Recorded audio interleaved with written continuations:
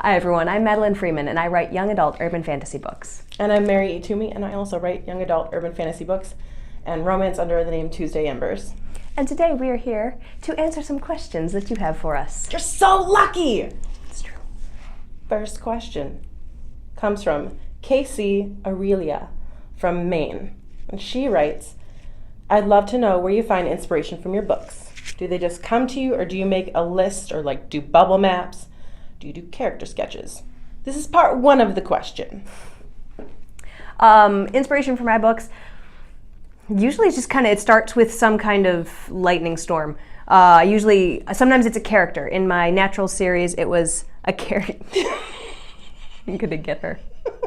The Natural series, it was a character, the main character, Morgan Abbey. And for the Clearwater Witches books, what is so funny? I don't even know.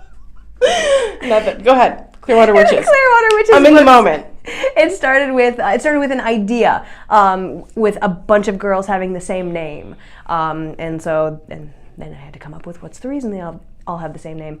In a series that I'm going to be writing in 2018, the idea came from, I was like, I booked a cover artist and I thought I was going to write a book about one thing, but I'm not, so what am I going to do? And so I just kind of started spitballing and one idea stuck. So that's where that came from. I don't do character charts anymore.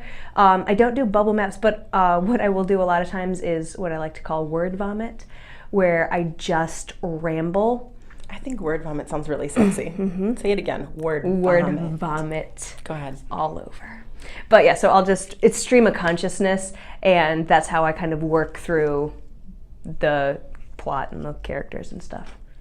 I would like to know about your plotting, because your plotting gives me goosebumps and also makes me run terrified away. So and you're like, here's the starting point, go. My non-plotting. That makes me wet myself. So out of the word vomit, I then start picking out where does this book start? What's the point of it? And I have usually, I think it's 7 plot points that I'll fill out, like the inciting incident and what's the midpoint and what's the climax and the resolution. What are those? And depending on how crazy I am at the moment, I will then go and I'll do a chapter by chapter outline of this is what happens in this chapter. That's when words fly, when I'm really fast at writing. But I'm doing right. It is November it's almost the end of November as we are recording this.